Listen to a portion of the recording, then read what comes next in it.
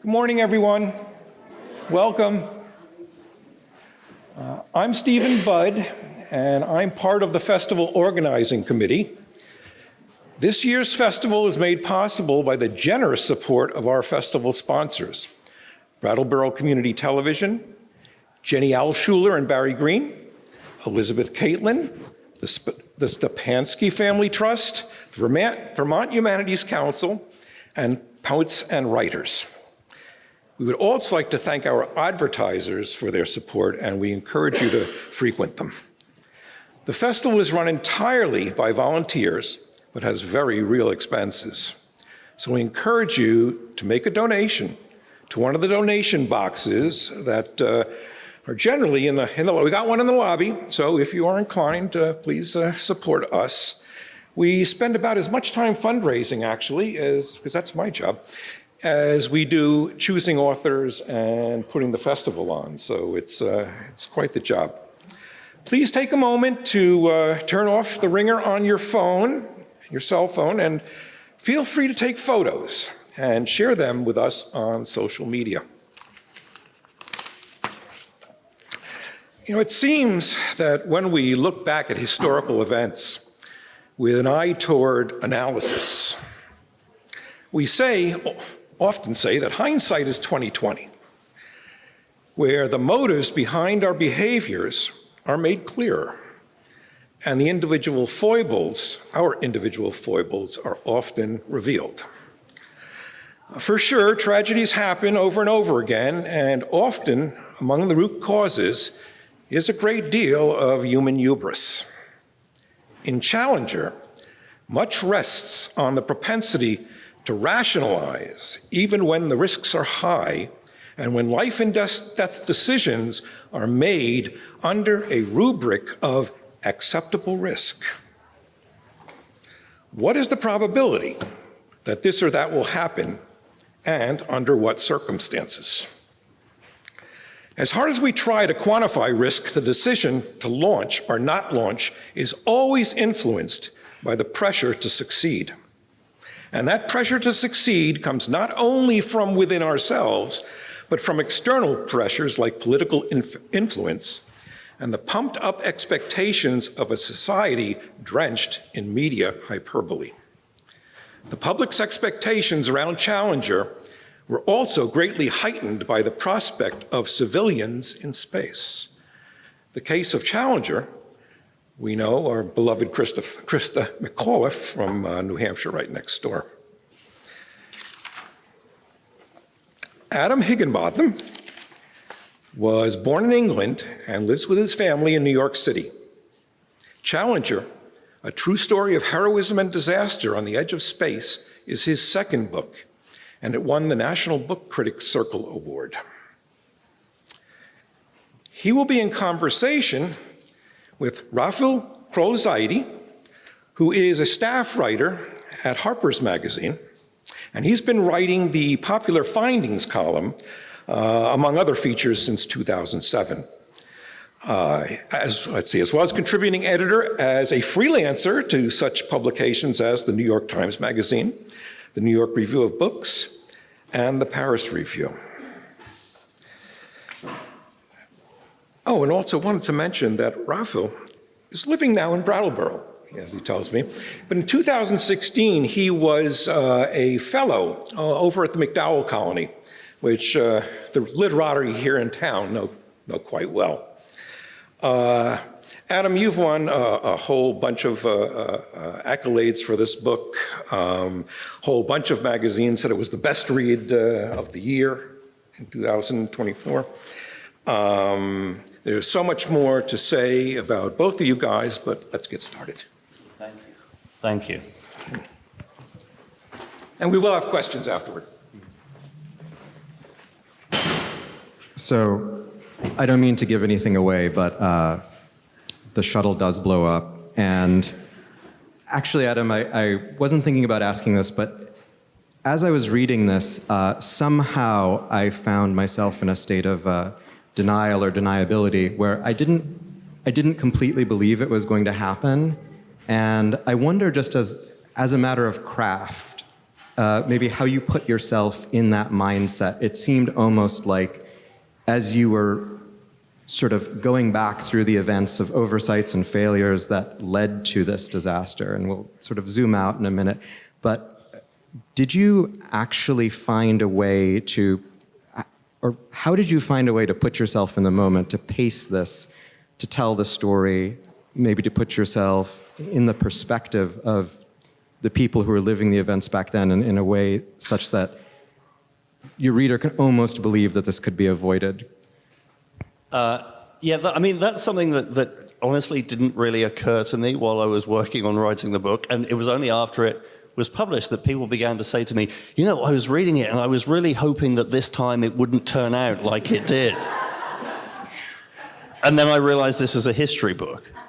I'd love to be able to say that that was definitely my intention, but it just wasn't. And that probably a smarter person would not have set out to write 2 books consecutively about events where everybody knows what happens in the end. But I was too stupid to realize that at the time and went ahead with it anyway. So after this had been mentioned to me, like the 5th time, I did begin to think about what I must have done, even if it was subconsciously, in order to kind of maintain that tension in a story that you think you know what happens in the end. And really, I think that the most obvious way I went about it was that there's a little bit of an element of watching a horror movie where, like, all the teenagers are talking about whether or not to go down into the cellar, right? And you, as a movie viewer, know that the last thing you want to do in a horror movie is go into the cellar. But somehow the protagonists in the film have never seen any of those movies, and they go ahead and do it anyway. So with a story like this, and indeed with the Chernobyl book, what I deliberately did was to load up the information about the technology and the risks of the technology in the early part of the book. So there's a chapter in the Chernobyl book which is about the way nuclear fission works, and there's a chapter in the early part of the Challenger book about the way the solid rocket boosters work, which is quite sort of science heavy. It's what my agent referred to as the vegetables for the reader. But the result of this is that by the time you get to the accident, or by the time the accident becomes proximate in the story, you know as much as the protagonists in the book, but frequently more than they do about the risks involved. And then the idea with the way that I wrote the book is that you begin identifying with and following specific protagonists, like the rocket engineers themselves, but you're seeing their perspective from what's called, I think, third person limited, right? So it's not omniscient. So you're following them, but you only know what they see from their perspective. So as the narrative proceeds, you begin to identify with their growing fears, but they don't know everything that you know. I found that was certainly the case whenever you would introduce a new character, when you would say, so-and-so was good-looking, just married, top of his class at the Air Force Academy. Oh, this guy's dead. It's just... There's this kind of subtle dramatic irony where sort of the more successful an astronaut candidate is, the more likely I come to think that this person's going to be, because they'll make the cut for the crew. They'll make the cut for the crew. Exactly. I mean, when faced with this narrative issue, I was trying to avoid exactly what you're suggesting, and I hoped that, part of the reason I wanted to write the book is because I recognized when I started doing the background research that most people now, only remember the name and details of a single member of the Challenger crew, Christa McAuliffe, quite understandably, because she was the teacher in space, and she was at the forefront of all the publicity surrounding the launch before it took place in the year ahead of it.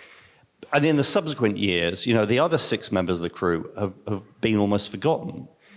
So I felt I wanted to do sort of justice to each of those sort of remarkable members of the crew and paint their lives in as much detail as Christa McAuliffe's life, right? But I also recognized that the fact that those people had been forgotten meant that when they were introduced into the narrative, you weren't certain how things were going to turn out for those individuals. And I hoped that there were enough other astronauts introduced into the story that you don't think exactly what you apparently did. But that was another way of, I didn't know exactly which ones. I had a terrible premonition about each exceptional person as he or she was introduced. Now that's the idea. Yeah. And then, you're hopefully maintaining some sort of narrative tension through that. That was definitely what I found, because one of the things is that this is at a moment where NASA's very much changed the profile of who the astronauts are. They're no longer these sort of wildcatting test pilots who are all ex-US military. There are doctors, there are women, there are racial minorities.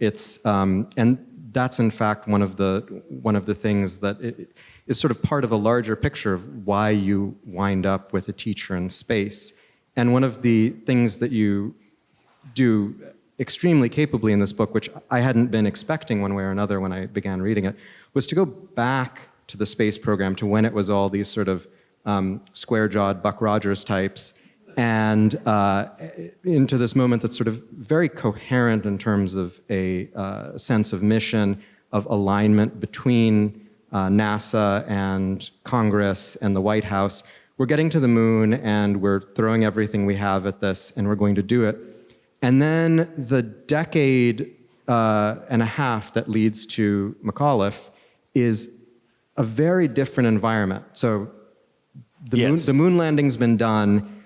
Why are we still going to the moon multiple times? There are these budget cuts. There's a sort of pact with the devil where NASA has to start working with the DoD and the CIA in certain ways that they would rather not, and they're sort of trying to do more with less. Exactly. And the culmination and McAuliffe is sort of in the end, having this teacher from New Hampshire go up in space is a part of a sort of a larger instrumental strategy where NASA is trying to survive, and the justification for this manned spaceflight program has to keep going. Right, because they had a kind of crisis of purpose after the moon landing, because this was a kind of unparalleled national effort that everybody was apparently behind, but it was enormously expensive. And as you say, the public, once it had been achieved the first time, quickly lost interest in the whole idea of watching. I mean, it seems incredible in retrospect now in the way that the Apollo program is revered, at all this remove, that, by the time the last moon landing took place, people ran into TV stations to complain about the fact that their regularly scheduled soap operas had been postponed on account of there being live pictures of men walking on the surface of the moon being broadcast instead. I mean, people are upset about this. But that's how quickly they became bored with the moon program. In the wake of this, NASA had long become convinced that in order to keep funding and congressional support flowing to the agency itself and to the manned space program, they needed a lot of public engagement. They needed the public to be really wowed by whatever it was they were doing. But their initial solutions to this problem, which was to send people to Mars by 1980, and they had a very detailed plan to do so, was deemed ridiculously expensive. By 1970, the country was going into recession. There was escalating costs of both the Great Society program and the Vietnam War. And so there was no financial appetite for this. And so they tried to come up with the next best thing they could, which when they pared away all the things that were too expensive, they were just left with this idea of the space shuttle, which, had been part of a much wider program and was really designed just to be a sort of space truck that could go into low Earth orbit and back. But it was the only thing that they could do that didn't rely on some other element of this too expensive plan. And so they went ahead with it because that's what they could get the money for, and it was just a way of keeping manned spaceflight going, and there was no real wider purpose for it. And they eventually justified the purpose of it as being making space travel routine, right? Making space travel quotidian. And so rather than these kind of audacious plans of planetary exploration that they had, and walking on the moon, and doing things that seemed to be taking place in the tradition of, Magellan and Christopher Columbus and James Cook, what they were going to do was to make space a place where you could go to work. And ultimately, with the space shuttle program, they succeeded in doing that all too well. So by 1985, the first shuttle launched in 1981. 4 years later, they were launching the shuttle once a month. And once again, people got bored with it because it was going off once a month and it seemed to be totally quotidian. They had made space a place where people just went to work, and it seemed routine and safe to the extent that, yes, maybe civilians could be sent up to do it. But the whole reason that they came up with this civilians in space program was to re-engage the public. People had become jaded and bored with all of the exploits of the space shuttle program. So they thought, how can we get people re-engaged? How can we get publicity for the program and good PR? And so they came up with the Teacher in Space program. I think so the way that you lay it out in this book, that's sort of the second pact with the devil that NASA engages in. Not in that there's any kind of sort of compromise on the competence of the crew, but in that it invites so much scrutiny to a degree that it seems like the sort of the ultimately the decision to launch is part of this sort of symbiotic relationship between NASA and the media, which is sort of such a scale that it doesn't exist anymore, that kind of media landscape where you can have people camped out at the Cape on death watch and reporters scaling fire escapes and constantly trying to get a snippet here or there. And McAuliffe is actually a part of this sort of diversification of the astronaut corps generally. What does it come to look like? Who are some of these now forgotten crew members who are there? Well, I think one of the reasons that the Challenger accident became such a shattering and memorable event for people in the United States particularly was that by design, the crew of Challenger was the most diverse crew in NASA history.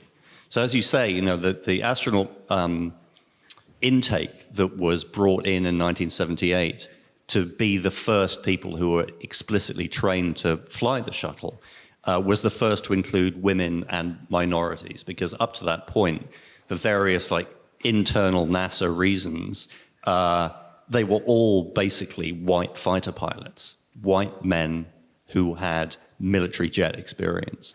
And then they changed all those rules in the mid-70s, and that first intake, astronaut group 8, contained women, contained scientists, doctors, the first black astronauts, the first Japanese-American astronaut, and their personalities are extremely different too. I mean, essentially because NASA had sort of learned its lesson with all those astronauts who were featured in The Right Stuff and the guys who walked on the moon, because they were like maverick fighter pilots who wouldn't do what they were told. And this caused NASA all sorts of terrible management problems, because they constantly faced sort of small rebellions from these guys who just wouldn't behave.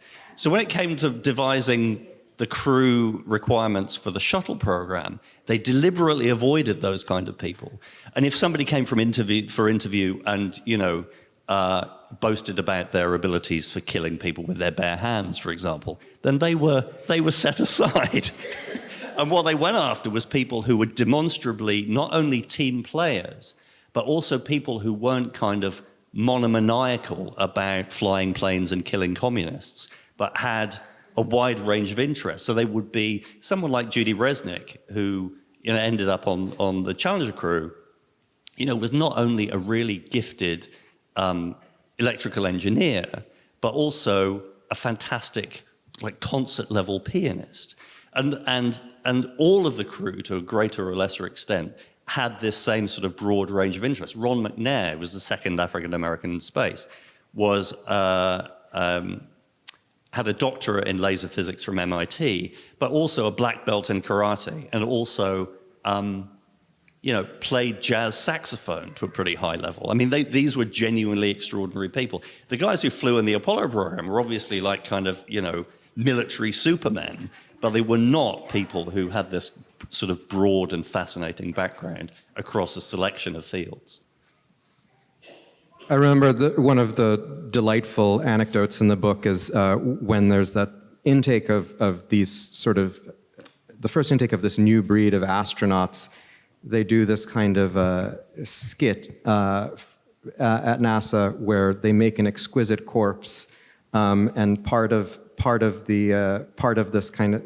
this sort of composite astronaut that they enact with their limbs and their faces is female, part is African American. It just sort of, they're quite self-aware of what's going on. Yeah, very, very much so. Yeah. And I found interesting this resonance, which is that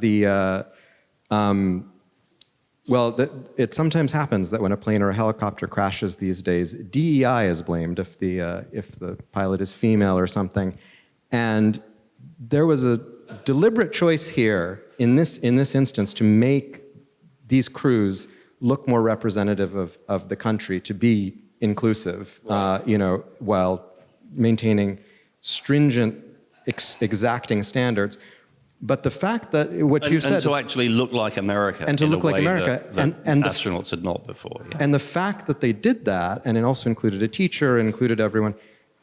It sounds like from what you've laid out about the media landscape in this book, in a funny way, that inclusion contributed to the pressure to launch at least this particular mission. If this had just been four Air Force pilots doing a sort of skeleton crew on the shuttle, then they probably wouldn't have launched. Yeah, because once again, NASA had set out with this plan, in this case, to re-engage the public in the manned spaceflight program. And it succeeded, extraordinarily well. So interest in the Challenger launch in January 1986 was absolutely enormous. And, unlike any of the shuttle missions since the first one, really, in that, hundreds of reporters flocked down to Cape Canaveral to watch it happen. But the result of this was that many of the previous flights leading into this one had been horribly delayed. And then the initial attempts to get Challenger off the ground were also delayed for a selection of different embarrassing reasons.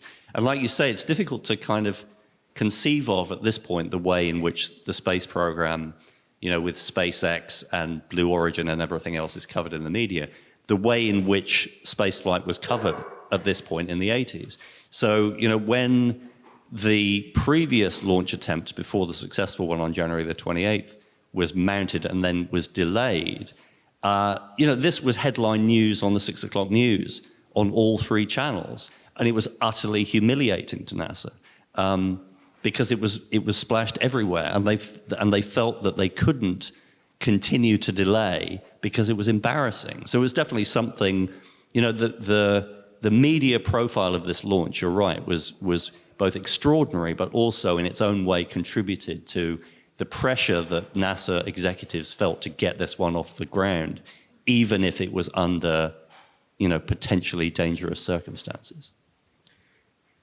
So, while no compromises were made on crew quality, one of the things that is in a very long and persistent arc in this book from 1969 onward is that NASA is at sort of the short end of budget cuts.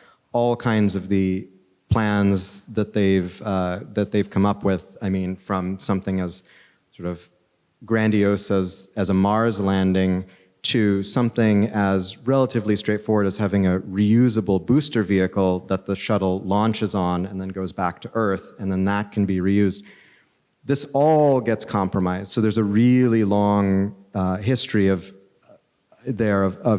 all of the things that they would have liked to do, the engineers anyway, would have liked to do in a very different way, where they have to sort of make do with things that are, with technologies and processes that are not ideal. I mean, one of the things I found shocking reading this book is that when they had the 3 operational shuttle vehicles in rotation, they weren't actually 3 operational vehicles. It's like Iran under the embargo. They keep stripping one for parts as soon as it comes back so that they can get the next one ready. They're running the whole operation like a chop shop. And one of the earliest sort of casualties, so to speak, here is the decision to use this solid rocket booster technology, which you lay out in elaborate, and I will say gripping detail, despite its being highly technical. There are all sorts of wonderful little things like that the O-rings, which are ultimately what fails, the O-rings that sort of are meant to seal the sections between this rocket booster, the huge amount of solid internal fuel. It's sort of like strapping a bomb onto the shuttle, and once it's lit, it can't go off and it can't separate till it's run its course. Right, and the problem is that, you know, if the engineers recognized from the very beginning that, you know, these rockets are built in sections because they were too big to build in one piece, and transported across the country to Cape Canaveral, where they were then stacked. The sections are stacked one on top of another, but they knew that these sections had to be sealed to be completely gas tight, because if it sprang the smallest leak between any of these sections, then a jet of hot gas from inside the rocket could cut through the outer skin of the rocket, which is made of steel. It's like ½ an inch thick, but it would just cut through that almost instantly in a matter of seconds. And if that happened, then the rocket itself would disintegrate, and then the fuel tank that it was attached to would disintegrate, and then it would take the whole of the shuttle containing the astronauts with it. So this was a potential catastrophe that had to be avoided at all costs, which is why these sections were bolted together with like 117 steel pins, and they had a tang and a clevis joint which slotted together, and then that was sealed with 2 of these rubber O-rings to prevent even the remotest possibility of a leak. But unfortunately, they knew because of the sorts of cost cutting that you're talking about, from the very first real-life tests they conducted with these, they discovered that those joints and the O-rings did not work as they were designed to. So both in the tests and in the post-flight inspections of the recovered boosters that splashed down in the Atlantic, there were some pretty consistent findings, not every time certainly, but that there kept being blow-by of these seals, that in those 600-odd milliseconds when the rockets first ignite, not everything is sealed. The internal pressure is what needs to seal it tight and make sure that the O-rings are properly seated. But if that chunk doesn't happen exactly as it's supposed to happen, then you have the serious problem, which the sort of the very quotidian term erosion is what the engineers apply to what's happening to the O-rings. Erosion means there's a jet of white hot gas that's going to cut through this steel casing, and if it gets past the O-ring, and blow everything up. Yeah, that they leak is what it means. And this is something that various parties were raising the alarm about for years. And who were those people, and how far were they able to get?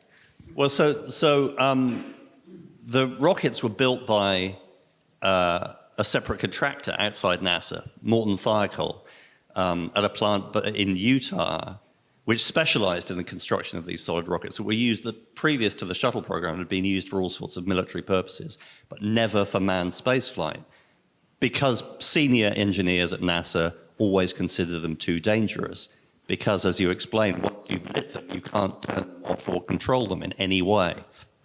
But engineers at Morton Thiokol began to raise the alarm about these leaks right after the second shuttle launch in 1981. And as you say, they kept seeing that there was evidence of this failure of the design as the program went on and as launches continued.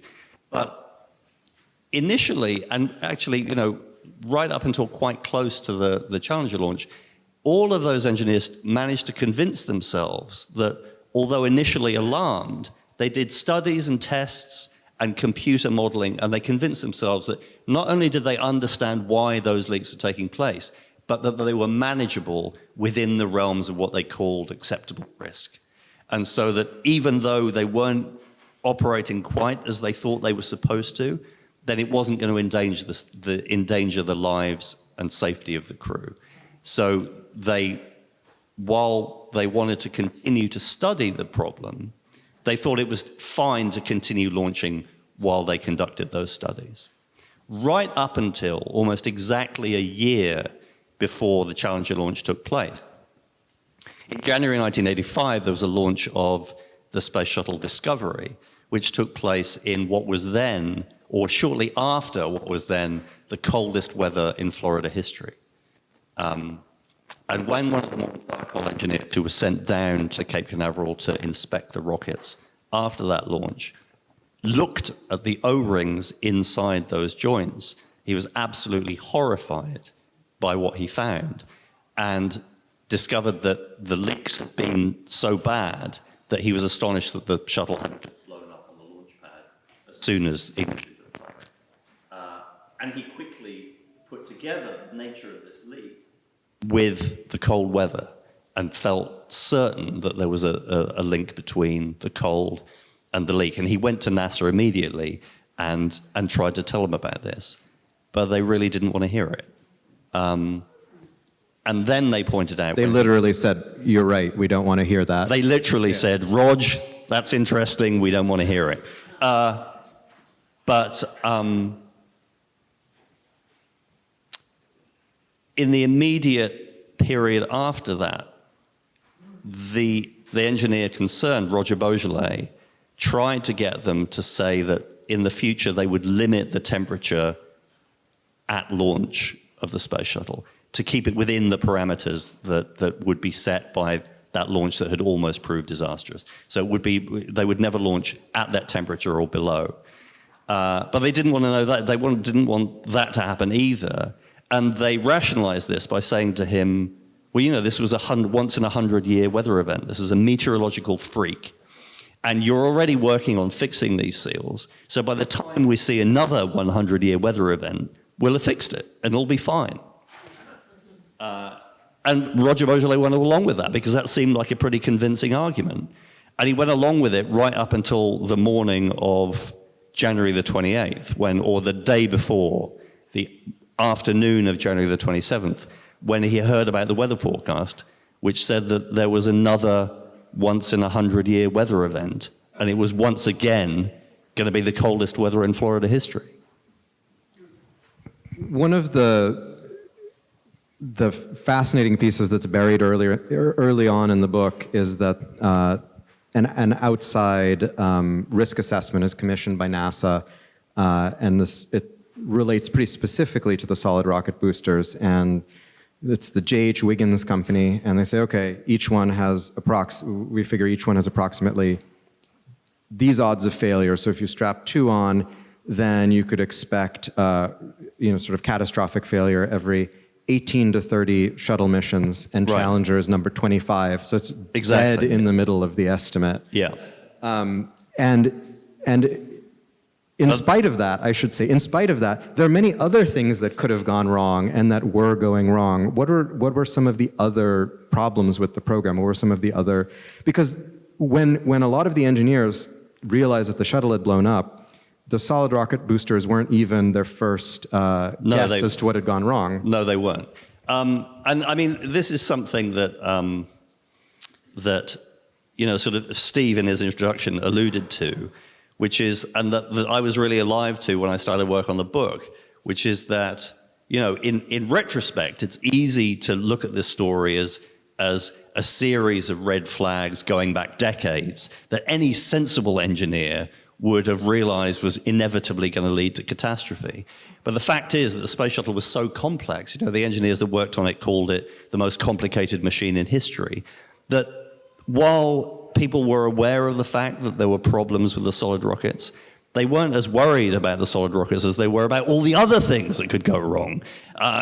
Chief amongst which was the main engines of the shuttle, which were the three engines that were actually built into the tail of the shuttle orbiter itself.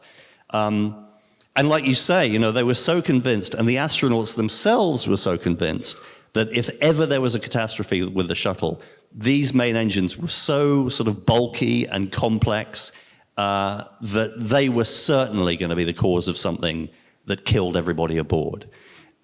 Indeed, up to the point where, senior NASA engineers who had been at the Cape and watched it disintegrate over their heads immediately thought, oh no, it's the main engines that they've finally blown up, and it's finally happened. And it wasn't until afterwards they began to realize that it wasn't that at all. So NASA sort of had this history of gallant close escapes, the Apollo 13, also not so gallant disasters, like the fire on Pad 34, which killed 3 astronauts from smoke asphyxiation. That was just less than a year before the moon landing. Yet somehow they trucked past that and didn't kill anyone on the moon. They were very lucky. Yeah. There was sort of the recovery of 2 satellites that NASA had mislaid in space during this sort of daring spacewalk. They got not one but both of them back, which was thought to be next to impossible. By the astronauts. The astronauts thought it was going to be a total miracle if they did it, but they did manage to do it. The engineers on the ground were totally confident it was possible. Was there just an institutional culture that any problem could be worked out? You use a number of memorable phrases. The nimble empiricism is one of them, and I think I wrote down one of the others. The sprawling technocratic cult that you describe. Judy Resnick being absorbed into. But it's also a bureaucratic ziggurat, to quote you again. To put it slightly more simply, they'd just begun to believe their own press by 1986. And it's not surprising. They had landed men on the moon, not once, but repeatedly. And so by 1986, one of the astronauts said to me that he realized in retrospect that they had begun to think of themselves as infallible. But it's understandable, not least because, as you say, 3 astronauts were killed on the launch pad in 1967, but that was So 2 years before the landing. Yeah, so that was a huge event nationally in this country, and it kind of the entire nation went into mourning. But the success of the moon landing 2 years later really eclipsed that, and people kind of began to forget about it. And the achievement of landing on the moon was so staggering that really, helped encourage the development of this ethos of infallibility, to the extent that when in 1970 Apollo 13 happened, that was regarded, even at the time, but certainly in retrospect, that was recast not as a near catastrophe in which they almost marooned 3 men 200,000 miles out in deep space to suffocate and die in the most appalling way possible, but as a audacious and clever rescue in which they were plucked from the jaws of death by the amazing engineers on the ground. And so it was it was retold in a way that fed into that mythos. And like you say, the everything from that to the remarkable recovery of these satellites from space, to bring them back down, to fix them, to send them back up again. All of these things that they managed to do with the shuttle program, that helped build that notion of infallibility, so that they really did begin to think that they were capable of anything. So the national media's already sort of giving them grief leading up to Challenger over various delays. The shuttle has been called the aluminum Dumbo. Well, to be fair, that was before it launched. Oh yeah, that's right. And but generally the relationship with the press doesn't really turn until after the actual disaster, and then the Rogers Commission is convened, and this seems like really the end of the honeymoon for the space program, and a completely different relationship between the media and NASA, and also between. The Rogers Commission absolutely savages them in the end. It ends on a slightly upbeat note that Richard Feynman, who's one of the commission members, almost doesn't sign off on. But what's happened in that time period? What is the country going through that could help explain sort of how poised they are to really go for the jugular, whereas they've been willing cheerleaders a lot of the time in the past? That's an interesting question. Well, there's two things, really. One is that they sort of brought it on themselves by mistake, because they just mishandled the way in which they presented the details of the Challenger accident to the public in the hours and days after it happened. And what they wanted to do is, because they were engineers, they didn't want to release any information until they knew exactly what had happened.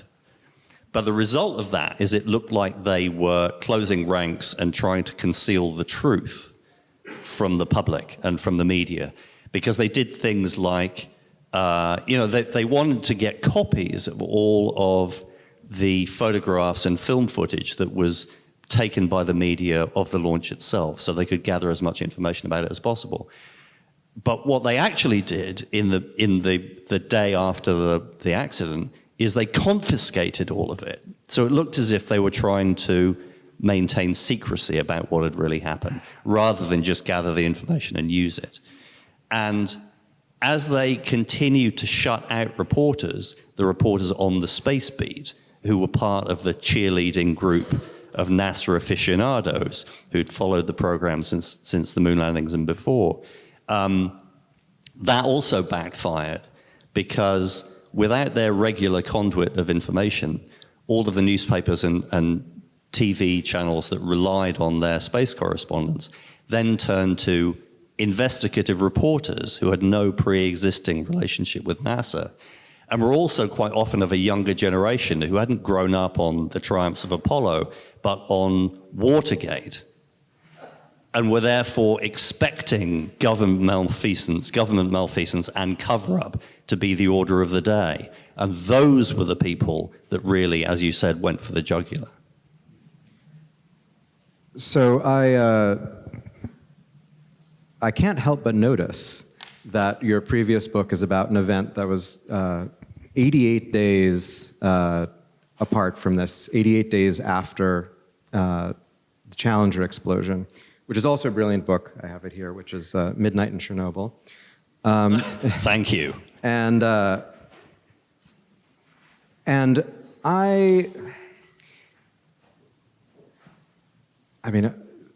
I'm coming at this from less of a sort of a hard reporting perspective than from a kind of cultural criticism perspective. I mean, there's a lot that kind of draws these two moments together. There's the sort of the hubris of Icarus and the hubris of Prometheus. You have this sort of highly combustible technology that man can almost not control, it seems. Exactly. Yeah. And both of these events have a pretty, in some cases, literal fallout, a long fallout. And when I was thinking of it initially, I thought, well, clearly the sort of the role of Chernobyl in the sort of implosion of the Soviet Union and in the sort of generation-long scare about nuclear power. I mean, I grew up with so many terrible TV movies about dying or almost dying in space and nuclear catastrophe, just in generating plants, not in sort of, the Broken Arrow sense of a missing warhead. So clearly these left pretty deep marks on various national psyches. But, I thought, okay, well, Chernobyl is clearly something that really continued to reverberate, that had a kind of bigger world historical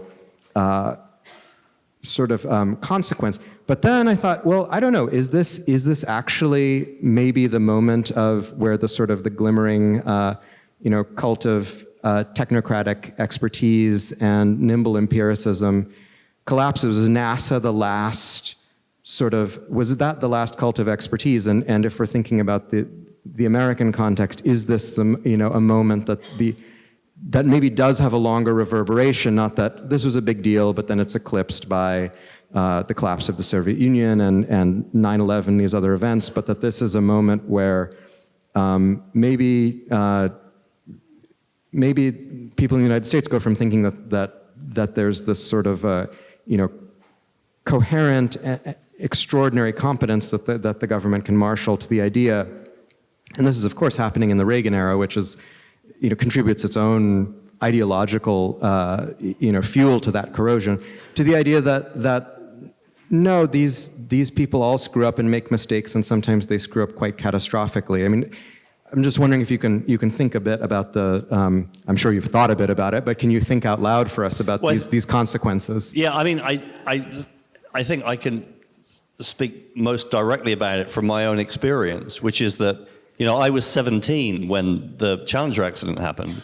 And I had been, when I was a little kid, I was like a huge fan of the space program. I read everything I could about the Apollo program. When the first shuttle launch took place, I was on half term at home, and I waited through all the delays, and I remember watching it live on TV at like 11 o'clock in the morning in England. And if I could pinpoint the single moment in time when I stopped thinking that by the time I was 30, I'd be living on the moon and flying around in a jetpack, it was January the 28th, 1986. And I think that, for many people like me, it was a point at which that sort of utopian promise of high technology, bringing about a fantastic panacea of benefits for the future, that was really extinguished that day. And I think that's the sort of biggest long-term change that I perceive resulting from the accident. It's more subtle than obviously the collapse of the Soviet Union, but I think that was a real profound change in the way people perceive technology, and certainly perceive NASA. Well, it's okay. It's been replaced by data centers that are boiling all the fresh water so that we can plagiarize our term papers. I think it's probably a good time to open up to some audience questions. So, and we have a microphone. Thank you. What I'm asking is, recently, I think it was Netflix, there was a movie about the Challenger disaster written from the Morton Thiokol engineer's perspective, the lower level engineers who discovered the problem and tried to raise it through the bureaucracy and were stuck. Harvard Business School has been running for years now with Amy Edmondson and Michael Roberto, live playing simulation for the business school and attaching people to different roles that were identified in the fiasco that turned out to be the devastation of the thing.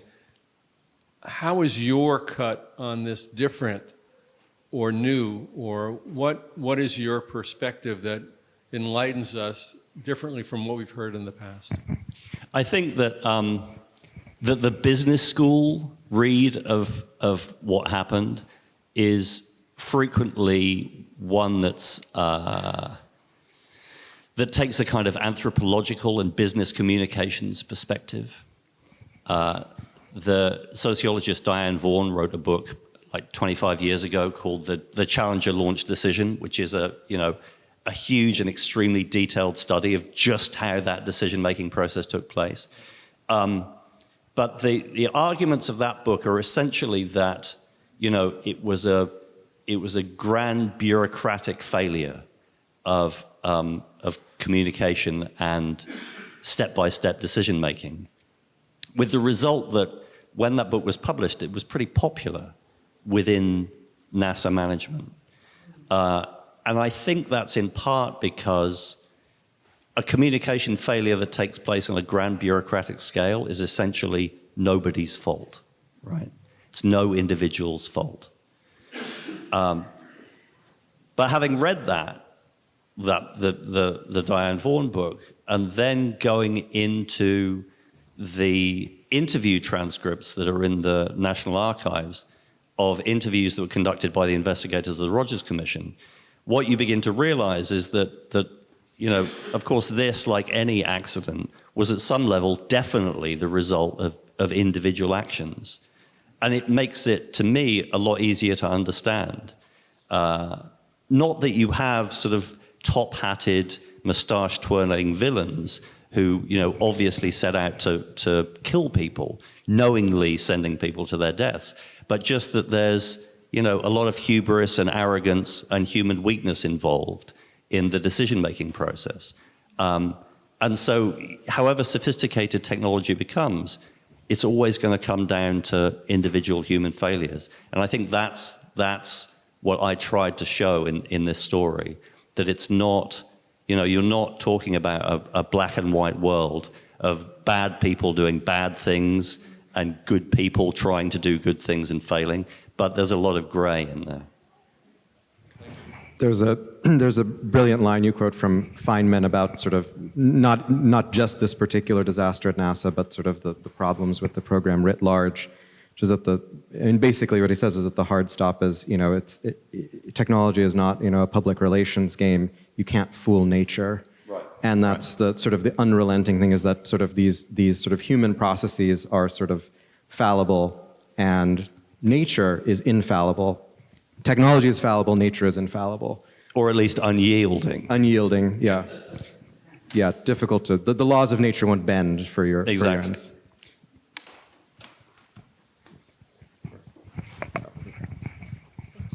My question isn't that technical as Michael's, but I'd like to know what was the criteria. Hello. What was the criterion to choose Christa to become one of the teachers? Because there's so many teachers in here. I'm just curious why they chose her. I mean, I think there are a lot of reasons, but one of the primary reasons was her personality and her charisma. I mean, when you see her interviewed on TV from the time, you know, she had an extraordinary way of communicating not only her enthusiasm, but also the kind of promise of the program. She was a great communicator. But she also seemed like a regular person. And so a lot of the other teachers that she was competing with, you know, had on paper much greater achievements on their resumes. You know, they'd climbed mountains, they'd written pieces for Newsweek, they had, you know, they suggested these fantastically elaborate experimental programs to conduct while they're in space, where by contrast, she just suggested that she was going to keep a diary. But it was that she kind of, her enthusiasm just kind of shone out of her. And she was remarkable in that way. And I think that's one of the principal characteristics that made them pick her. You know, one of the psychologists at NASA who interviewed her, you know, said afterwards that he just thought she was neat. And I think, you know, that's a lot of it. She was a regular person. Yeah, something like, I know this isn't very scientific, but he exactly couldn't help himself. Yeah.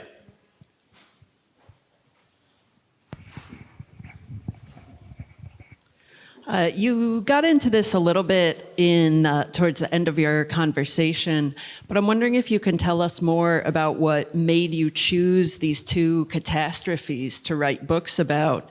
And just to tack on to that, have you thought about writing about the Titan submersible?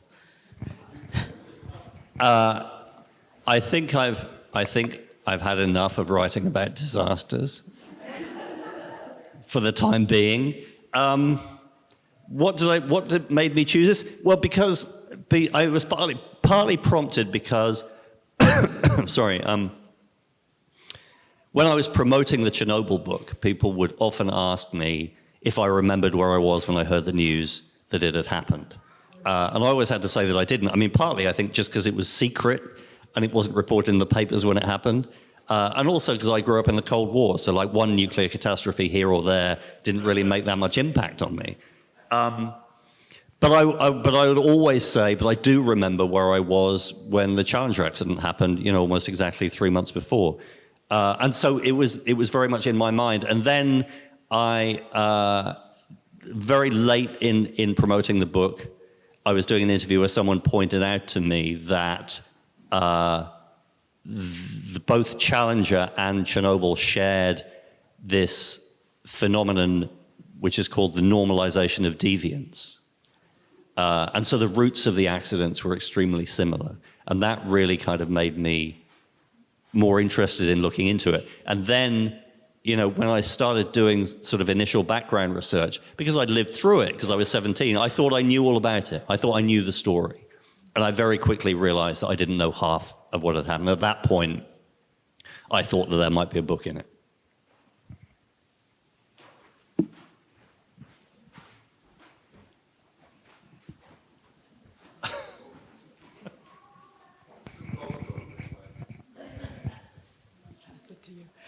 I'm just curious about the research process for both of them. It seems to me the access for the Challenger, where you could get to the archives and listen to the transcripts, how did that differ from your Chernobyl research?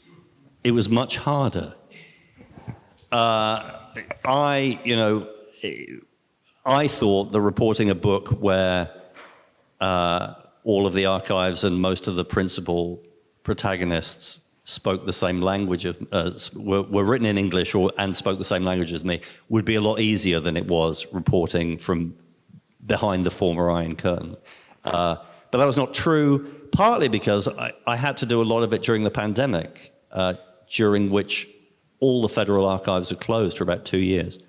But also partly because I found, as I went along, that former Soviet nuclear engineers were a lot more open and prepared to talk to me than many NASA engineers who were kind of, understandably suspicious of journalists and writers in a way that people in Russia and Ukraine were not.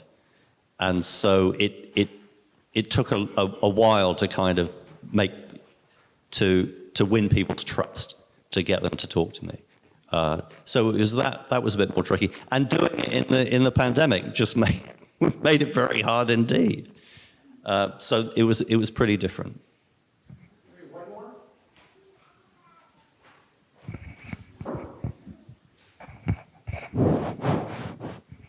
So when you were right at my mouth, okay. So when you were 17, living in England, where in England were you living? In Somerset. I love it, the land of Arthur. Okay, right, land of Arthur. So since you're drawn to catastrophes, I'm curious. Wait, not anymore. Well, I'm going to encourage you to continue along that path at least for a little while, and start on the biggest catastrophe we're facing in this country right now, which is Donald Trump.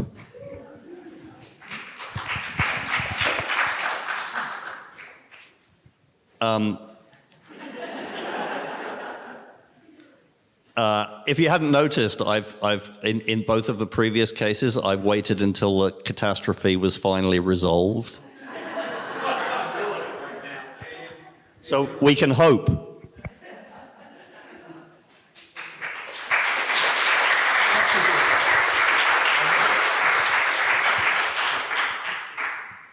Well, thank you very much. Thank you. Very Thank much you, Rafil. appreciate the conversation. Thanks, so Rafil. we're going to be signing books and selling books, Yep. and it will be back through here, okay, in the parlor, and that's what we'll do next. So thank you very much, everybody.